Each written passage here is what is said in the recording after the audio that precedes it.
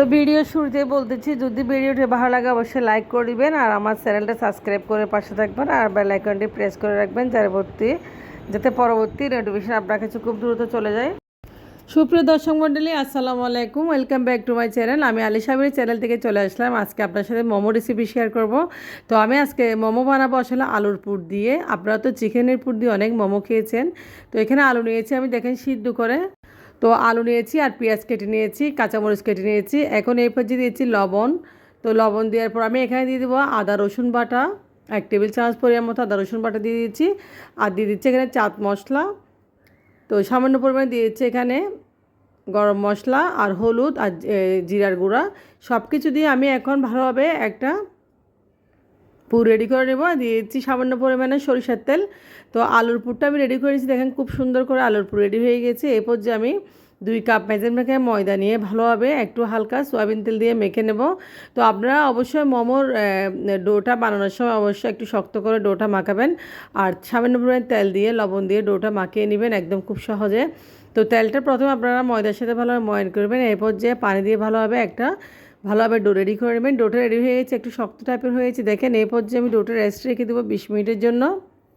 তো 20 মিনিট পর চলে আসলাম, দেখেন এখন এই ডো থেকে আমি লেচি কেটে নিয়েছি। যে কয়টা মোমো হচ্ছে, আমি মোমোগুলো আসলে আজকে বড় করে বানাচ্ছি। তো আলুর পুর দিয়ে মোমো রেসিপি এত যে স্বাদ হয় আসলে আপনারা অবশ্যই একবার ট্রাই করবেন। আর অবশ্যই মনে রাখবেন মোমো রুটিটা বেলার সময় আপনারা অবশ্যই মাঝখানে বেলাবেন না, আপনারা সাইড দিয়ে বেশি বেলাবেন, মাঝখানে একটু মোটা রাখবেন আর পাতলা করবেন সাইড দিয়ে। তো একটা রুটি বেলে নিয়েছি, এখন দেখেন আলুর পুরটা আমি দিয়ে দিচ্ছি। তো চিকেনের পুর দিয়ে তো অনেক মোমো খেয়েছেন, এবার আলুর পুর দিয়ে একবার মোমো বানিয়ে দেখুন, অসাধারণ আসলে। তো দেখেন হয়ে গেছে খুব সুন্দর মোমো রেসিপির জন্য আমি এখন আলুর পুরটা দিয়ে রুটিতে একটা শেপ দিয়ে মোমো রেডি করে নিয়েছি। দেখেন শেপটা অবশ্যই নর্মাল শেপটা দিচ্ছি, সবাই যেটা শেপ দেয় রেগুলার সেই শেপটা আমি দিচ্ছি। তো একটা মোমো হয়ে গেছে, কি সুন্দর মোমো দেখেন মাশাল্লাহ। এভাবে সবগুলো মোমো আমি বানিয়ে নিয়েছি সুন্দর করে, যে কয়টা মোমো হয়েছে। তো আমি এগুলো এখন স্টিম করে নেব।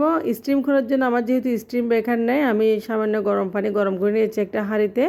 তো একটা দেখেন একটা স্টেনে আমি খাঁচা বসিয়ে দিয়েছি চুলায়। তো এইভাবে আমি মোমোগুলো আমি স্টিম করে নেব।